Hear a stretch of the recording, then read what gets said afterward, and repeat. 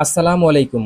বন্ধুরা, আপনারা ইতিমধ্যেই জানেন মধ্যপ্রাচ্যে যুক্তরাষ্ট্রের সবচাইতে বড় যে সামরিক ঘাঁটিটি রয়েছে আল উবেইদ, তার অবস্থান কিন্তু এই কাতারের অভ্যন্তরে, যেখানে প্রায় 10,000-এর অধিক যুক্তরাষ্ট্রের সেনা সদস্য মোতায়েন আছে। বন্ধুরা, অত্যন্ত স্পর্শকাতর এই বিষয়টিকে কেন্দ্র করে এই জায়গায় বলে রাখা ভালো, যুক্তরাষ্ট্রের পক্ষ থেকে এতদিন বিভিন্নভাবে বিভিন্ন বিবৃতির মাধ্যমে বহুবার নিশ্চিত করা হয়েছে এই অঞ্চলে মধ্যপ্রাচ্যের মধ্যে যতগুলো সামরিক ঘাঁটি রয়েছে যুক্তরাষ্ট্রের, তার মধ্যে সবচাইতে আধুনিক যেই সামরিক ঘাঁটিটি রয়েছে তা হচ্ছে এই কাতারের অভ্যন্তরের আল উবেদ সামরিক ঘাঁটি, যেখানে ইতিমধ্যে যুক্তরাষ্ট্র নিজেদের বহরে থাকা সবচাইতে আধুনিক যে যুদ্ধ বিমানগুলো রয়েছে সেগুলো মোতায়েন করে রেখেছে। পাশাপাশি সবচাইতে শক্তিশালী যুক্তরাষ্ট্রের সবচাইতে শক্তিশালী যেই আকাশ প্রতিরক্ষা ব্যবস্থাগুলো রয়েছে তারাও কিন্তু সেটা মোতায়েন করে রেখেছে এখানে। আর এর মাধ্যমেই কিন্তু যুক্তরাষ্ট্র দীর্ঘদিন যাবৎ কাতারকে প্রতিশ্রুতি দিয়ে আসছে, আমরা আপনাদের নিরাপত্তা সম্পূর্ণরূপে নিশ্চিত করব। আমাদের অনুমতি ব্যতীত কাতারের আকাশ সীমায় একটা মাছি তো দূরের বিষয়, একটা মশাও প্রবেশ করতে পারবে না।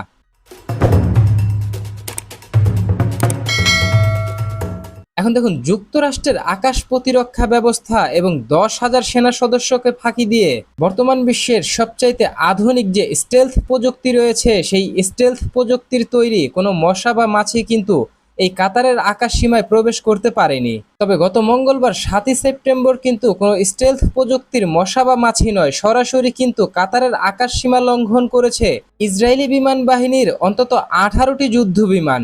যে বিষয়টিকে কেন্দ্র করে প্রশ্ন কিন্তু উঠতে শুরু করেছে, যুক্তরাষ্ট্রের আকাশ প্রতিরক্ষা ব্যবস্থাকে ফাঁকি দিয়ে যেখানে অত্যন্ত শক্তিশালী স্টেলথ প্রযুক্তির কোনো মশা বা মাছি কাতারের আকাশ সীমায় প্রবেশ করে এবং ফিরে যেতে পারবে না, সেখানে অন্তত 18টি ইসরায়েলি যুদ্ধবিমান কিভাবে ফেরত গেল, যে বিষয়টিকে কেন্দ্র করে কিন্তু ইতিমধ্যেই কাতারের সাথে যুক্তরাষ্ট্রের সাথে ব্যাপক মতপার্থক্য তৈরি হয়েছে। কেননা কাতার কিন্তু এই অঞ্চলে নিজেদের নিরাপত্তা নিশ্চিত করতে যে আল উবেদ ঘাঁটি রয়েছে সামরিক ঘাঁটি, সেখানে কিন্তু বিপুল পরিমাণ অর্থ বিনিয়োগ করেছে, যাতে কাতারকে এই সামরিক ঘাঁটি প্রয়োজনীয় মুহূর্তে শতভাগ নিশ্চিতভাবে রক্ষা করতে পারে এবং কাতারকে যেন এই অঞ্চল সহ বিশ্বের যে কোনো দেশের যে সামরিক হামলার হুমকি রয়েছে তার থেকে রক্ষা করতে পারে।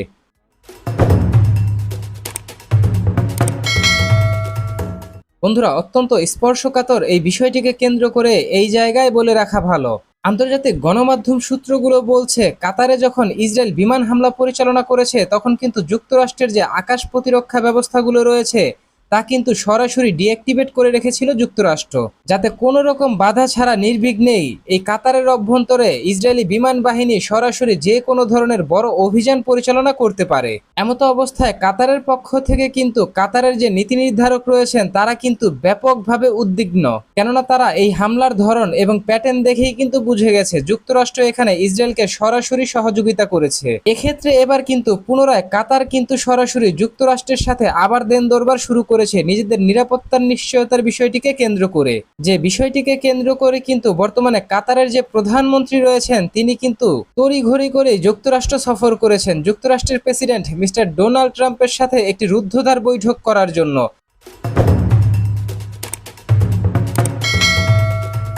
বন্ধুরা, কাতার এবং যুক্তরাষ্ট্রের দুই পক্ষের মাঝে যখন সম্পর্কে ধীরে ধীরে ফাটল ধরতে শুরু করেছে তখনই কিন্তু ইরানের পক্ষ থেকে ইরানের একজন আইন প্রণেতা নেতা মিস্টার মোস্তফা জারি তিনি তার সোশ্যাল মিডিয়ায় প্রকাশ্যে পরামর্শ দিয়েছেন যে এই মুহূর্তে কাতারের উচিত তার ভূখণ্ড থেকে মার্কিন বাহিনীকে বহিষ্কার করা, কেননা কাতারের নিরাপত্তা নিশ্চিত করতে যুক্তরাষ্ট্র সম্পূর্ণভাবে ব্যর্থ হয়েছে। তাই এই মুহূর্তে কাতারের উচিত নিজেদের নিরাপত্তা নিশ্চিত করতে যুক্তরাষ্ট্রকে আল উদেইদ যে সামরিক ঘাঁটি রয়েছে এই ঘাঁটি থেকে সম্পূর্ণরূপে বিতাড়িত করা এবং পরবর্তী ধাপে ইরানকে এই সামরিক ঘাঁটি বুঝিয়ে দেওয়া।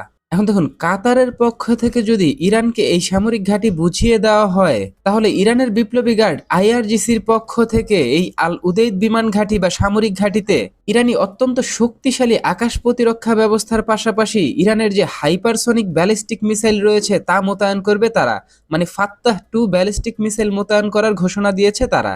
এখন দেখুন, মোস্তফা জারি তিনি তার বক্তব্যে এটাও কিন্তু বলেছেন কাতারের উচিত নিজেদের নিরাপত্তা নিশ্চিত করতে ইরানকে এই ঘাঁটি বুঝিয়ে দেয়া, পরবর্তী ধাপে ইরানের পক্ষ থেকে নিজেদের যত আধুনিক সমরাস্ত্র আছে তার সবকিছুই মোতায়েন করবে তারা এই কাতারের নিরাপত্তা নিশ্চিত করতে।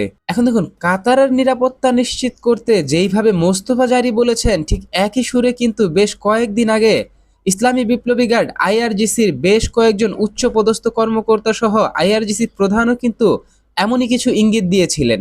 পূর্বে আইআরজিসির পক্ষ থেকে বলা হয়েছে, কাতার আমাদের অত্যন্ত ঘনিষ্ঠ মিত্র। কাতারের নিরাপত্তা নিশ্চিত করতে আইআরজিসি যে কোনো সময় তৈরি আছে।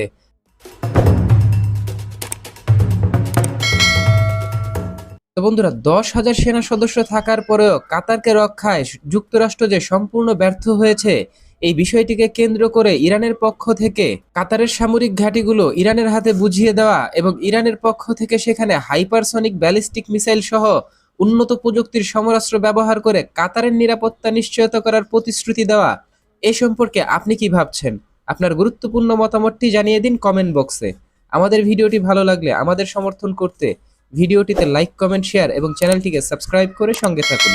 ধন্যবাদ।